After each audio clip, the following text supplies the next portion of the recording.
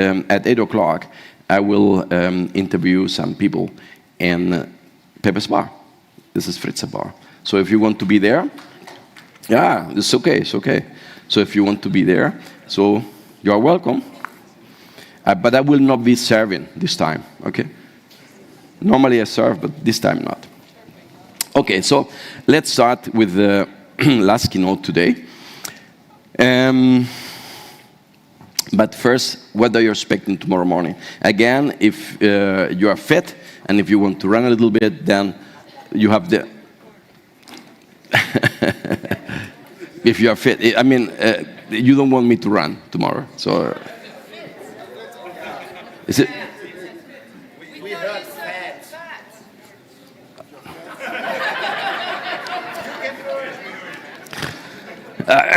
Okay, so I am from Spain and I have an accent. English is a foreign language for me. And my name is Manuel and I learned from a book. So, okay. Oh, I see myself there. Wow. So, and then you have the instant relax exercises, link coffee, and yeah, this is the things that you are waiting tomorrow morning. So, important again, if you haven't heard it before, so we need your rates for the talks. That's important. So, if you haven't gotten your t-shirt, please, after the keynote, you can find some still outside, if not tomorrow morning. Tonight, so the Agile TD book fair, so some of you, like I said, could write, and even books. So there will be outside and in the rooms E1, 2, and 3, so that they can sign the book, they can present the book, so you can see what they have done. So after that, we have the, or parallel to that, we have the Friends and Allies, and the Human Space with Gitte. This is very nice, and you should go there if you have the time. Then, with Vincent, we have the PowerPoint roulette. I think it's going to be funny. Okay, so again. Then a little bit later, we have the Unboxing Your Unicorn Creative Abilities here with Borik and Patrick. And then with Søren, we have the Digesting Poets Society. And I think you have write something, right? Mikey? No? You? No? Okay. Let's see. So, this is the... are you ready? You are ready? Okay. Then I go.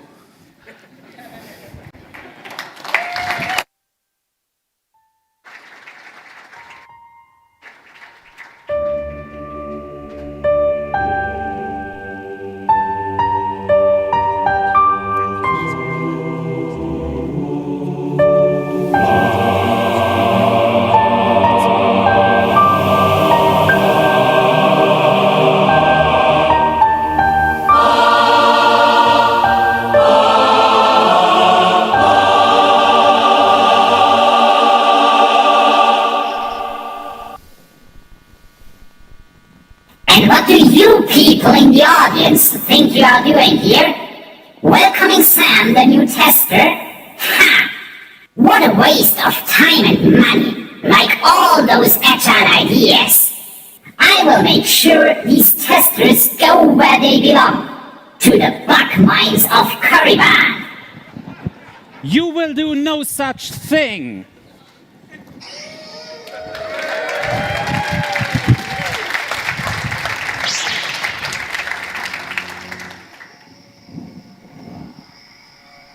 Okay. Can we get the slides back, please? With the force. Maybe. Tester Sam. Well. You should have stayed with your mediocre kind. I'm not surprised that you don't see the benefit of a whole multifunctional team with mutual trust and shared values. This is all unicorn land nonsense. It doesn't work like that in the real world.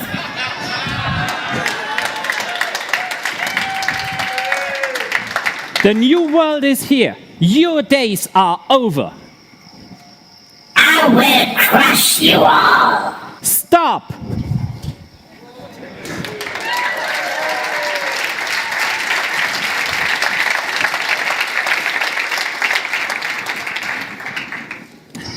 Oh, come on.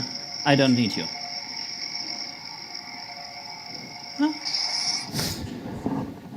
It would be nice if we could get rid of bullies and abusers as easy as that, wouldn't it? Sadly, it's not that easy. In the real world, I'm not as powerful. I'm not a Jedi, and I can't use the Force. But that doesn't mean that we should give up. With the recent rise of fascist movements and parties all over Europe, a lot of our values are in danger. And to fight this, we need to prioritize the most vulnerable. May it be people from Ukraine, Iran, or anywhere else, where the few abuse their power against the many.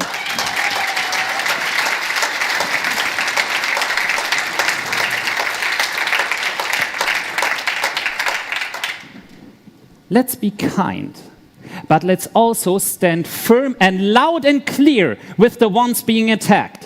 Let's not tolerate those among us who spread and support hateful ideas.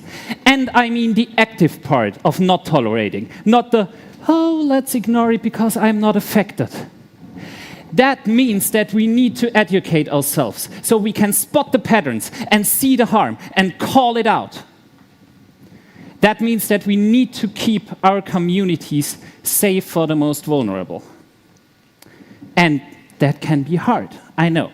That might be real work. But imagine for a moment how hard it is to be the target, to be among those affected. And I will gladly collaborate on ideas how we can make this more actionable after this talk. And this is a tough topic, but it's also very close to my heart, and I wanted to speak about that when I'm on stage. So let's not forget about it, but let's still allow ourselves to go back to that fictional universe where things are so much easier than in the real world. Let's also allow ourselves to breathe for a short moment. Thank you, Bruce, by the way. Before we go back to that fictional universe, I want to share a little bit of context about myself. I have been a professional software developer for the past 20 years, but I will not be a developer on stage today. I've also been a database specialist for the past 6 years and also been an active community member of the Oracle community. But I'm not going to be a database guy on stage today. I will be a tester today. And that's kind of funny because I never held that role so far in my life. And I have to admit, I have the least experience in that role. So therefore, I will be the new tester in this universe and for this talk. So please be patient. A little disclaimer for this talk. It's based on anecdotal stuff. I might have not the data for all of that, and it contains very biased and exaggerated characters. You might have figured that out already. And it's based on anecdotal data because the presenter, which is me, wants to make a point sometimes. So I know your context might be different, but please keep this in mind. So here we are, Galactic Enterprise Solutions. I'm the new tester, and my job is to improve the quality of one of our main products, the Galactic Species application. A big database where we can store all the information about the different life forms. And I know A3LPC was convinced that testers don't bring any value to AT, but I already noticed something. I can easily search for species by their name, but when I try to search for all the creatures found on a specific planet, for example Endor, the app gets terribly slow. And I think that's a problem, and therefore I will go talk to the developers. So let's see where the developers are. Oh, hey, hi. Welcome. You're the new tester, right? So excited to have you here with us. I'm Kevin, the lead developer here, responsible for most of the coding. We also have Popel, our UI designer, our front-end devs, and our security specialist, who are all not here today, but, well, anyway. Isn't this awesome? We are a real multifunctional team, totally self-organized. It's amazing.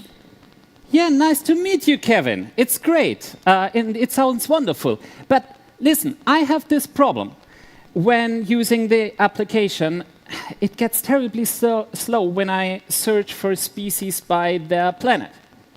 Oh yeah, well, that's the database. It is always slow. I mean, it's a very big old Oracle database. Ancient technology. You gotta expect that. Okay, but this is really impacting the customers. They can't get their work done. Yes?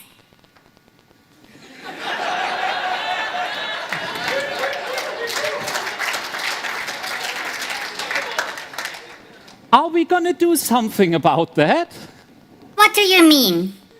I've been starting to work on a plan how we can replace the current database with MongoDB. Then everything will be faster. But it will take a while. Okay, I more thought of we could talk to the database people. With the database people? Yes? Talk? Yes? No, not the database people. I don't know them. You want to tell me that you don't know the people who run the back end of your application? Nobody of you? Well, we once had a developer, Heino, who knew them. But I think they didn't like each other very much. Okay. I see. Well, can you tell me where I can find these developer people? This knowledge has been lost. Oh, come on! Okay. It's down the floor. Then downstairs, past the basement. I believe there's a secret door or something. Okay, you know what? You show the way and I follow you. So let's find these database people. Quite a way here. There is the secret door. Okay, we're getting there.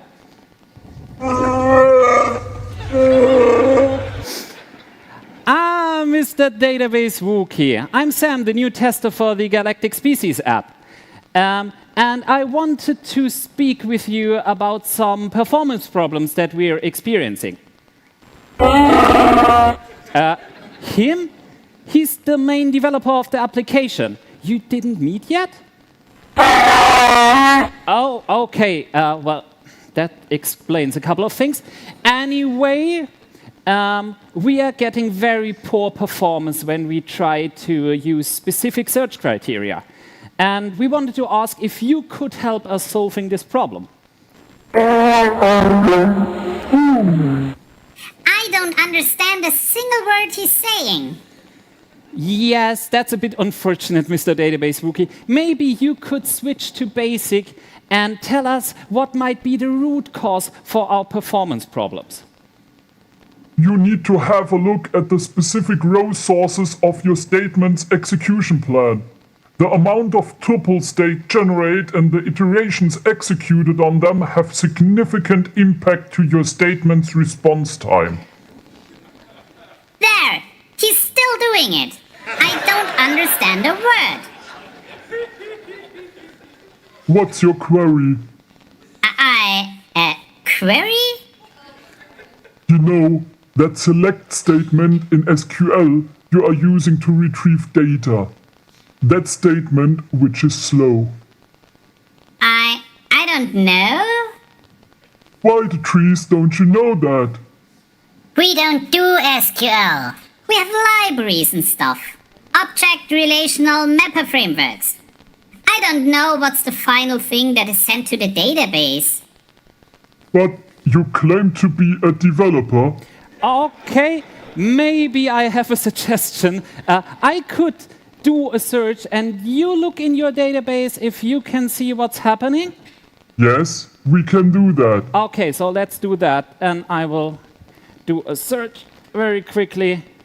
Okay, did you see something? I didn't see anything. Well, there is one select star from species statement. Oh, there is a huge amount of string data in here. What the trees are you doing? That's JSON. We can filter by the different attributes. You mean you load all the data into your app Yes? and then you filter it by some attributes inside that JSON. Yes? And then you claim that the database is slow. Yes.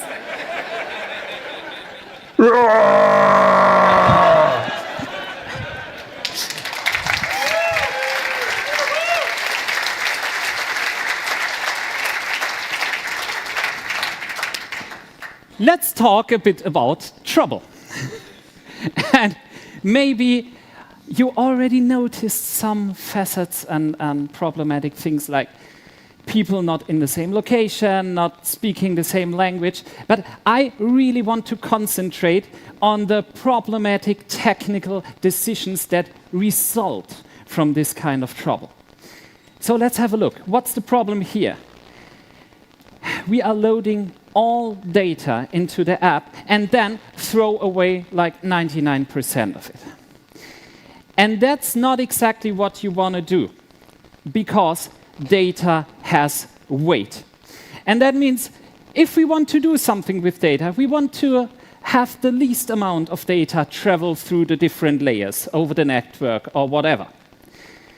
The funny thing is, every database expert with enough experience had exactly this situation somewhere in their career.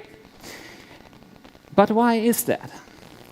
And I want to talk about reasons for trouble, for this kind of problematic technical decisions. So we start by asking why. Why, oh why, Kevin, did you make this technical decision? And to understand that, we need to look into what makes our decision-making process. And there are mainly two things. One is our current needs, and the other thing is our known options. And Kevin, like a lot of developers, had a need to get data, but not in that table style thing that you usually get from a database. So he had the need to get it as JSON. Why? Because it's easy to use, it's familiar, and it provides very, very good development experience. And developers love good development experience. And it also provides great, great tooling. So it's very understandable that Kevin wanted to have JSON, but he thought the only way to achieve this is to store all the data in this format inside the database. What he didn't know, SQL is your friend, and SQL is actually great at transforming all kinds of structured data. And so we still have this need. But what Kevin didn't know is you can do all of that, and we lost the slides. So I will be patient and wait until it's fixed, hopefully. Well, I can go on a little bit. because you can provide the same thing, the same JSON. And so the first reason for trouble is a lack of knowledge. And we have this here. So let's have a look at what exactly is that lack of knowledge in this specific case. And maybe some of you know a bit of SQL. And I guess if you ever did something with SQL, it was something in this little tiny space, which we call relational SQL. This is what most developers know. And if you look at the different keywords, they might look familiar. Now, the thing is, the SQL standard didn't stop evolving for the past 30 years. But this is not known by a lot of developers. And this is what we call modern SQL. And even already in 1999, there was something that is called the with clause, which puts recursion into SQL.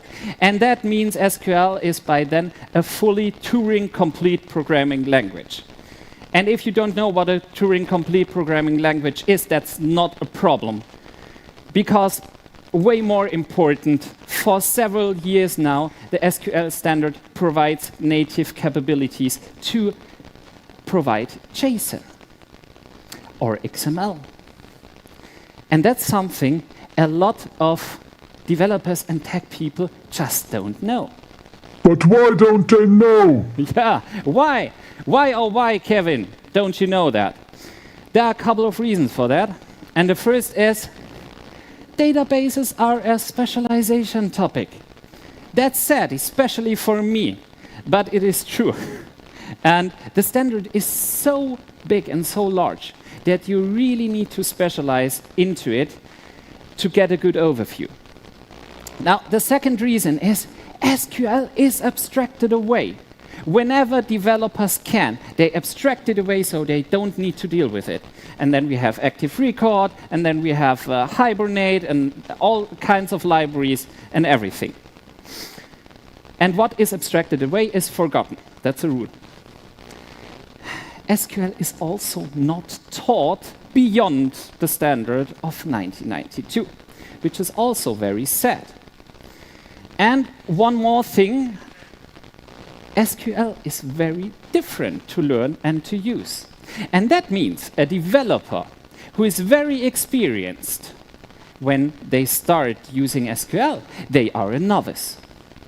And that's not a very nice feeling, and that's something a lot of developers are also not used to.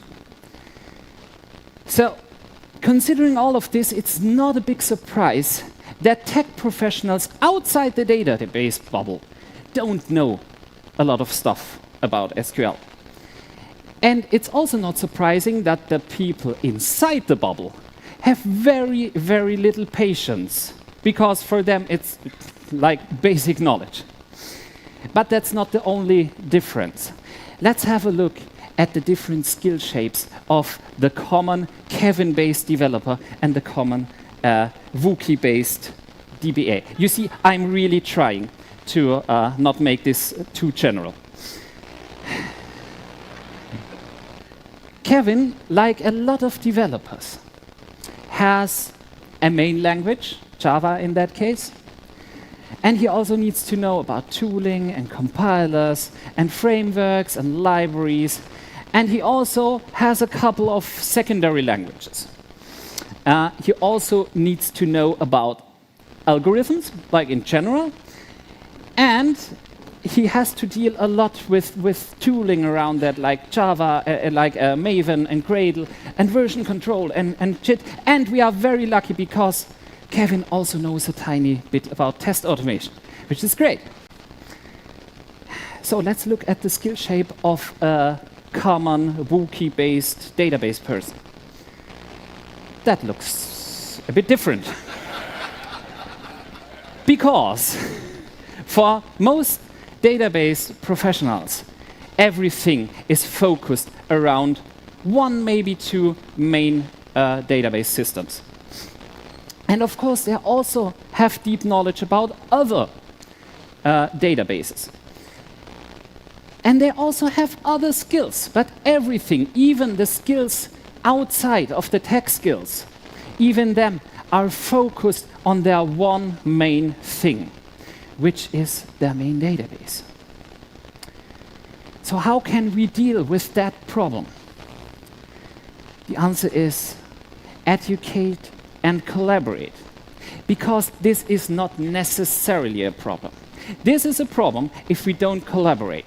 If we do, then it suddenly becomes a benefit, because then our skill shapes merge and suddenly we have way more skills in our team. And just one word, because you might be afraid now about SQL. It's really not that bad and it's not that hard. And the nice thing is you can put a little effort in and it will help you so much. The only thing I want to ask you is, if you do that, don't stick with the old relational SQL. Please go into the modern, because you might want to get your data in JSON form. So, this is the first reason of trouble, lack of knowledge. And let's look at a different reason for trouble, which is a lack of trust. And I want to tell you a story about very bad decisions that were made because of lack of trust. And I also had my share in this. Because in the company where I'm working, we have this client database architecture. And we also had a client developer and a database developer. And the problem was, they had very different values, they spoke different languages, and there was a lot of tension between them. And that led to a situation where they didn't trust each other very much, in the sense that the client developer didn't believe that the database developer would even care about some of their problems. And we have also this thing in the database that we call user session information. So the client would store some information about active sessions in the database. And it's kind of normal that the client creates these information. But because of the lack of trust, the client developer decided, okay, I need to deal with old and outdated data. So I will load all the session information into the client and validate them, and then send a delete statement to the database with 200 concurrent clients. So every one of the clients would check all of the existing sessions every 10 minutes. That's not the best approach. Okay, and then one thing happened. I replaced the database wookie.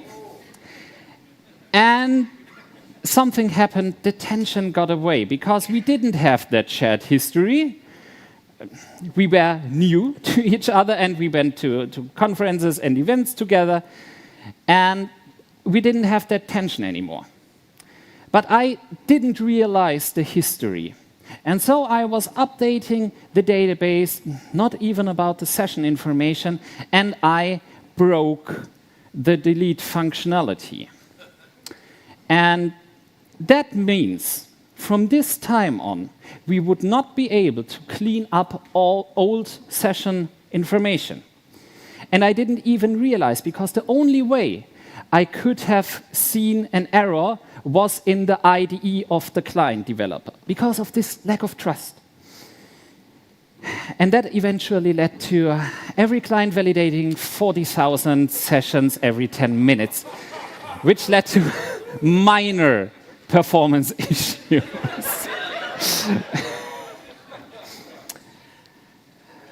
I can tell you that we solved that by now, and that the database takes care of cleaning up invalidated sessions. So what is the possible solution for this lack of trust? It's basically building relationships. And one of the best ways to build relationships is to collaborate. Because then we get to know each other and we learn about the values of each other. And I think that's not a very uncommon thing to experience. So lack of trust. But let's get back to our very special IT team, which I hear solved their initial problems. Oh, look, they even placed that secret door in the developers' room. Isn't that awesome? Hey, Wookie Man. This is really awesome. I love how fast we can search for all the stuff now. I didn't know this was even possible with SQL. I still like the MongoDB API more. Ah, MongoDB. That company that proclaimed the death of SQL for a decade in a pretty rude way and now just implemented an SQL interface in the standard of 1992. Yeah, well, anyway. We figured that we could benefit from some categorization of the different species. That means we need some new tables. Can you give me the necessary rights?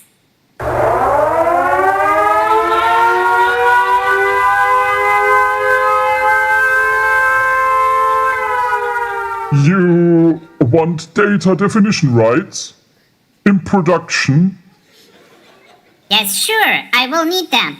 It's just a couple of small changes, don't worry. I do worry. Come on, how bad can it be? Creating some tables, dropping some tables.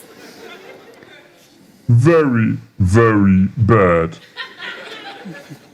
But I need this change. Okay. Here's a change request form you need to fill out. It is 42 pages.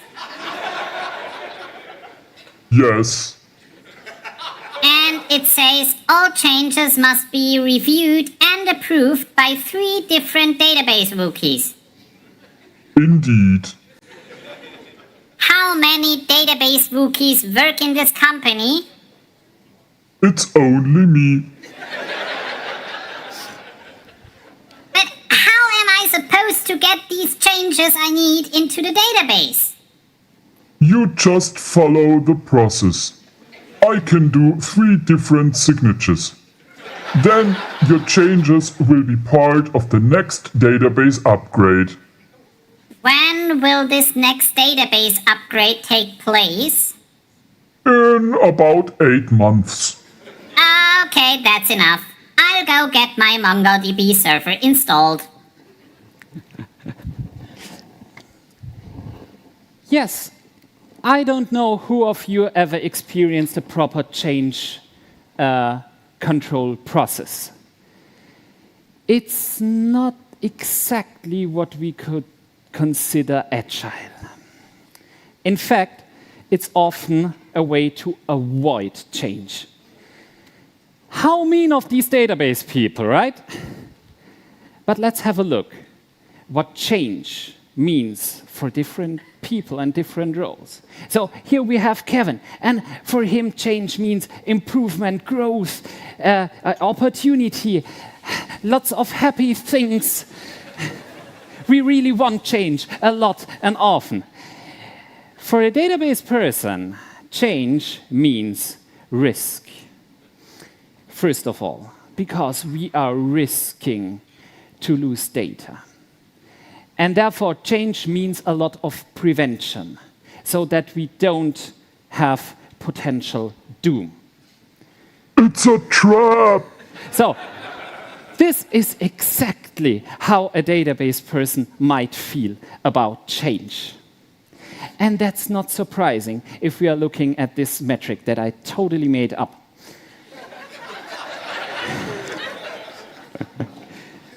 Personal impact of system failure versus closeness to market. And database people are very, very far on the personal impact scale. Because if something goes wrong, they are impacted. Their weekend is impacted. Maybe even their job is impacted. And developers, and I'm generalizing here, they are not that affected. Like in general, I'm simplifying. But they are very close to the market. And so it's not surprising that we have very different values. A database person will care about resilience, stability, and durability, while developers have a natural need for features and speed and flexibility. So we see that even the values of these different contexts are very, very different. And this has consequences, because this might lead to a lack of ability. And we can see this lack of ability very clearly for Kevin, because he's not able to do what he needs to get his job done. But we might also have a lack of ability on the side of the database rookie, because he might not be able to do how he wants. He might not be able to help his new friend, the Kevin developer, because there is a much higher cost of change in the database. And there are several reasons. We already talked about that. There is a much higher risk. Rollbacks are hard, especially in production. And we need lots and lots of prevention to even have changes. And we also talked about this. Data has weight. So imagine how much time it takes to restructure or reformat a database with a couple of terabytes or even petabytes of data. That needs time. And last but not least, there is a huge lack of tooling and automation in the database world. Why? Because it's a specialization topic, and you can't earn a lot of money with specialization topic tools. And I have to say that the database world is getting up to speed. But there is still no comparison between the tooling that most developers have and the tooling that most database people have. So what can we do about this? Find workarounds. And all workarounds will need a certain level of collaboration. And I want to present two different workarounds that could fit into that specific situation. And the first one is take it in. Make the database a real part of your application.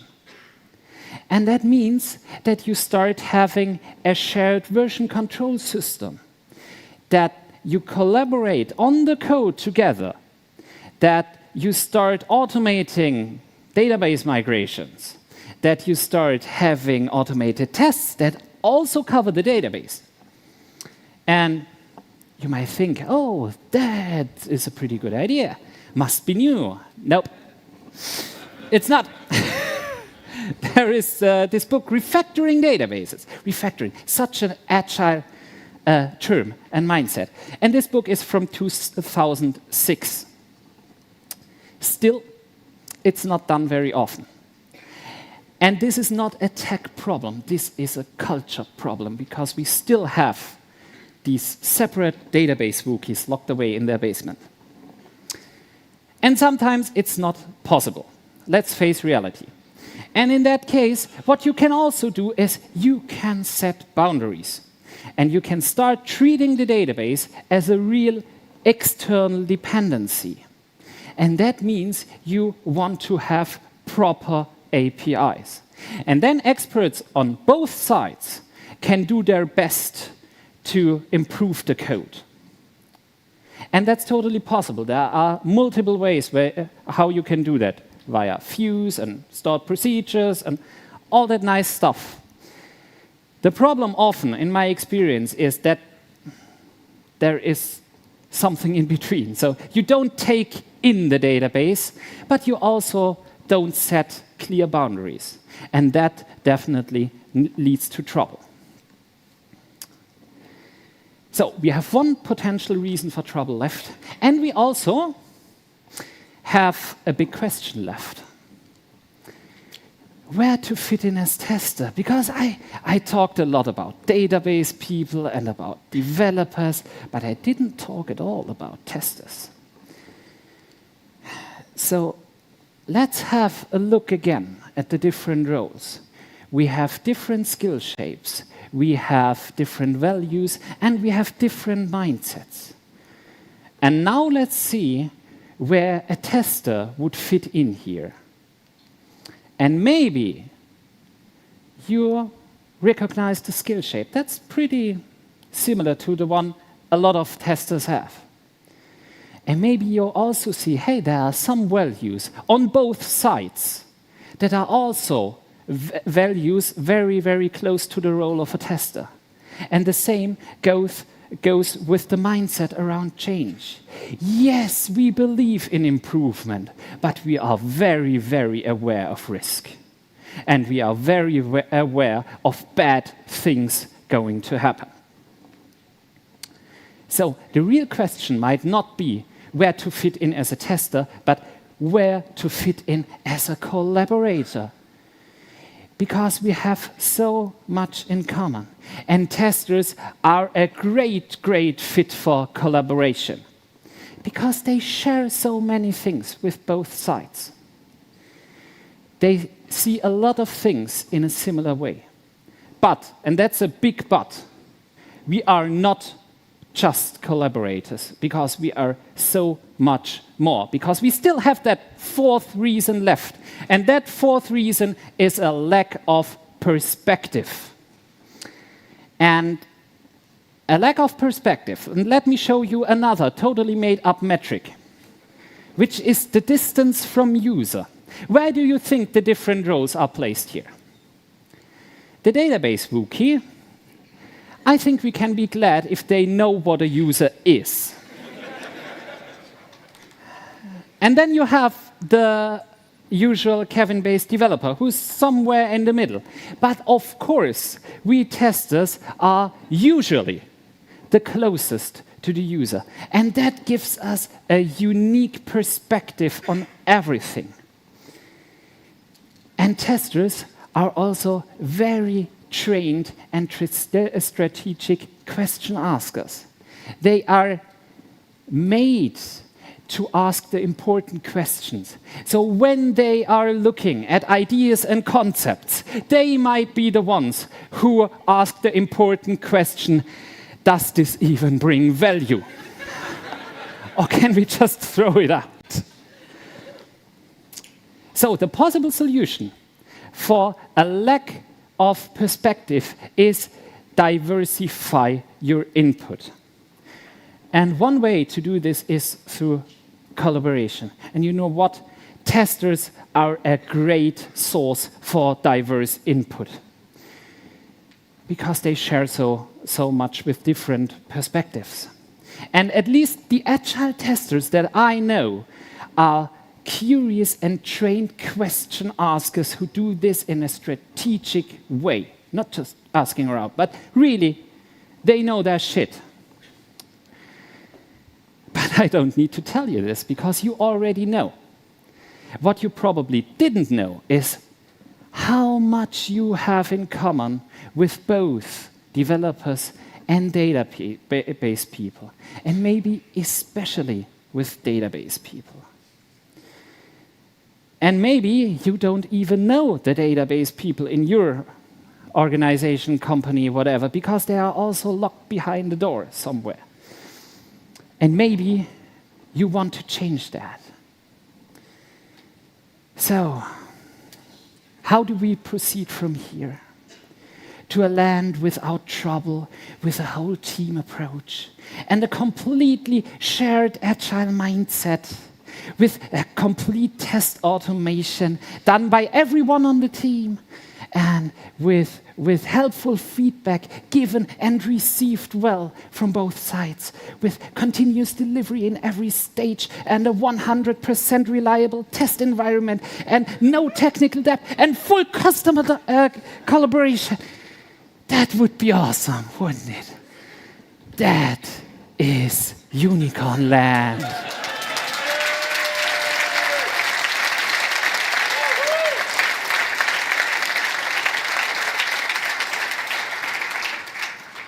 And then comes reality.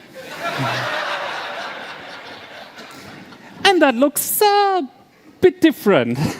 All those imperfect pieces, these workarounds, the technical debt, and all of these human problems on top of that. This is so different to what I envision as Unicorn Land. Maybe Unicorn Land doesn't even exist. Or maybe my imagination of Unicorn Land doesn't exist. That sounds like trouble, doesn't it? So what do we do when we face trouble? Collaboration, thank you. And I did exactly that. And I reached out to two people I deeply respect and asked them about their thoughts about Unicorn Land. And the first one is my very dear friend Lena Wieberg, who is, according to numerous sources, a very smart person and even a very brave person too. And she says, when I hear Unicorn Land, I feel like it's something imaginary, unachievable, that doesn't exist in real life. Which is fine, because I love to improve stuff, and there's plenty of that in reality. Interesting. So, according to Lena, it's not a place you can go to. And what's even more interesting is Unicorn Land for Lena might look more like this. So, like a place she doesn't really want to go, because why should she go there? So, okay. So there are very different forms of Unicorn Land. And I also asked Lisa Crispin about Unicorn Land. And you all know her. She really should know where and how to find Unicorn Land, right? And she says, Unicorn Land is not a specific location, but any place where unicorn magic happens, in the form of mutual trust and respect between software and business, a commitment to quality, and doing what is needed in tiny steps to work towards quality goals. Wow. So Lisa also thinks that Unicorn Land is not a place where you can go to, where if you just follow these number of steps and do these best practices, you will end up in Unicorn Land.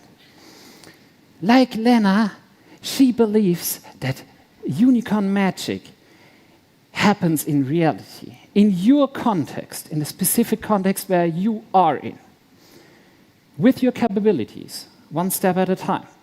And that might not change reality, but it might change everything around that. This is the real unicorn magic. You can't change some things. There is no place where no trouble exists. But you can work in tiny steps towards improving all of the things that are around the main problem. And there's one final thing I want to add, because maybe some of you still think, yeah, okay, Unicorn Land, it's not for me. Because, yeah, I'm just too special.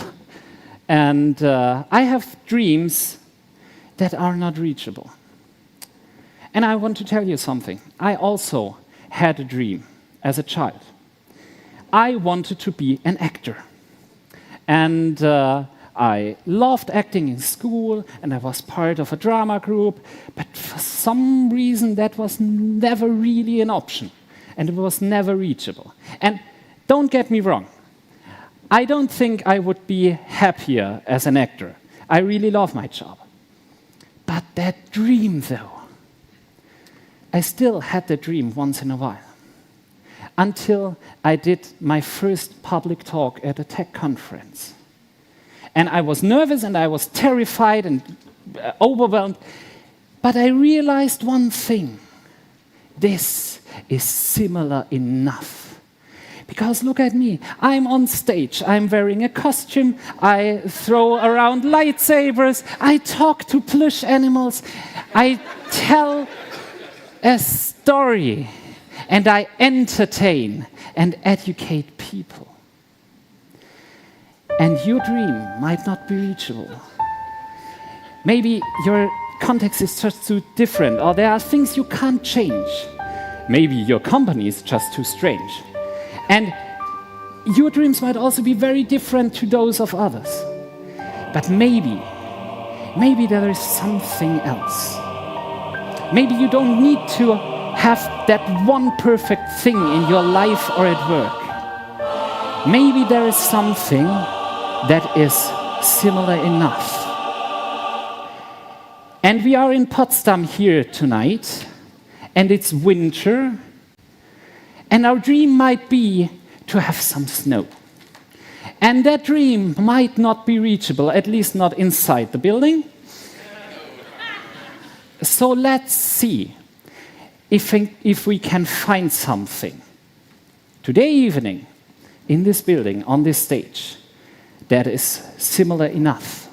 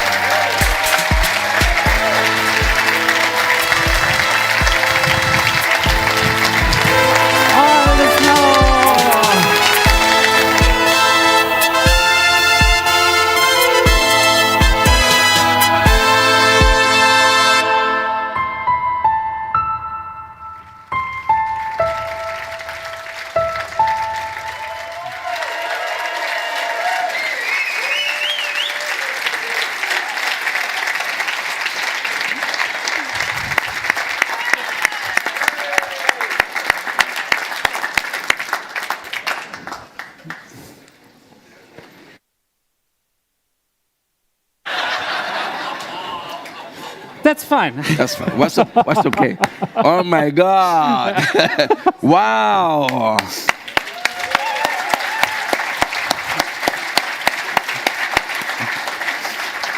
Wow!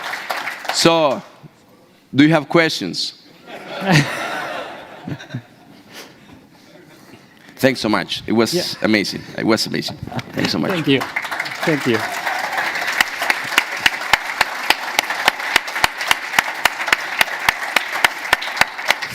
This is Agile ATD magic.